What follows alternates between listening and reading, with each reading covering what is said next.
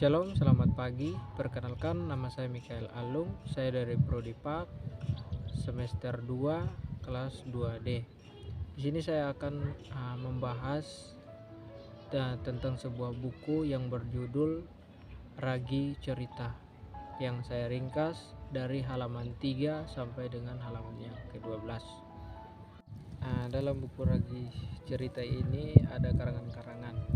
Itu diusahakan untuk memperbanyak pandangan, sehingga yang diberikan itu bukan hanya sejarah pekabaran Injil saja, melainkan sejarah gereja dalam arti yang lebih luas lagi. Nah, itu berarti bahwa buku ini memiliki segala kekurangan yang dimaksud untuk menjadi suatu buku teologi yang mempertimbangkan, menilai, dan juga menganalisis gereja dalam sejarahnya.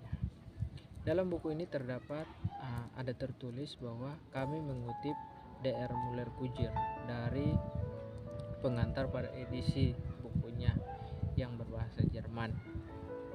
Ada beberapa di antaranya gereja-gereja yang sejarahnya digambarkan dalam buku ini.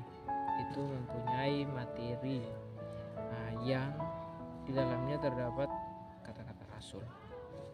Tidak ada seorang pun yang dapat meletakkan dasar lain daripada dasar yang telah diletakkan, yaitu Yesus Kristus.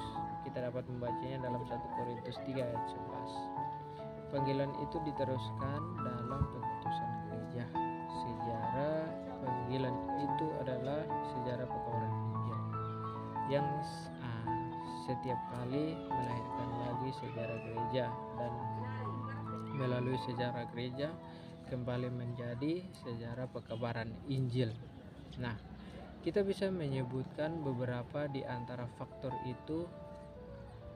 Bentuk panggilan juga dipengaruhi oleh latar belakang sang sendeling, oleh kebudayaan negeri asalnya, oleh hubungan politik negeri asalnya dengan daerah di mana ia menggambarkan Injil, kolonialisme, oleh ajaran corak kerohanian dan seterusnya yang berlaku di gereja yang mengutus dia.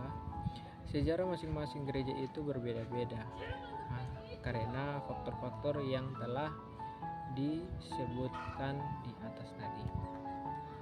Panggilan yang menjadi awal mula timbulnya gereja itu berbeda-beda coraknya, dan begitu pula halnya dengan faktor-faktor dari dalam yang ikut menentukan coraknya.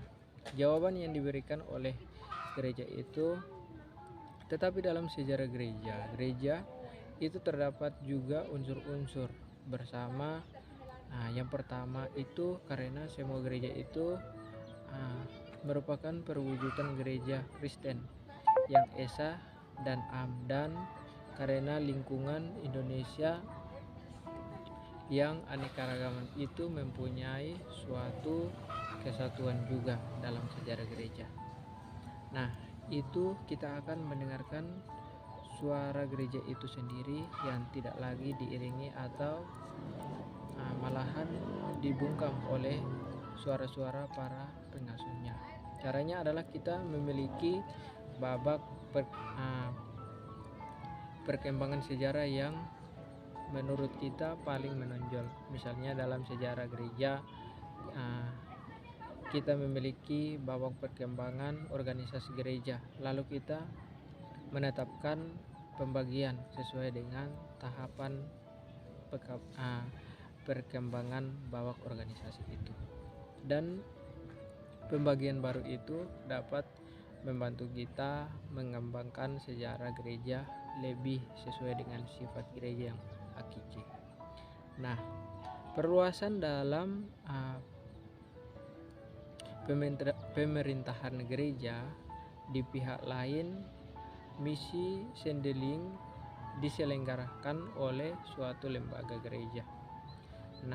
Dan membawa serta ibadah dan ajaran yang berlaku di gereja tersebut. Mungkin ini saja yang saya ringkas dari buku yang berjudul Ragi Cerita dari halaman 3 sampai halamannya yang ke-12. Sekian dan terima kasih. Tuhan Yesus memberkati. Shalom.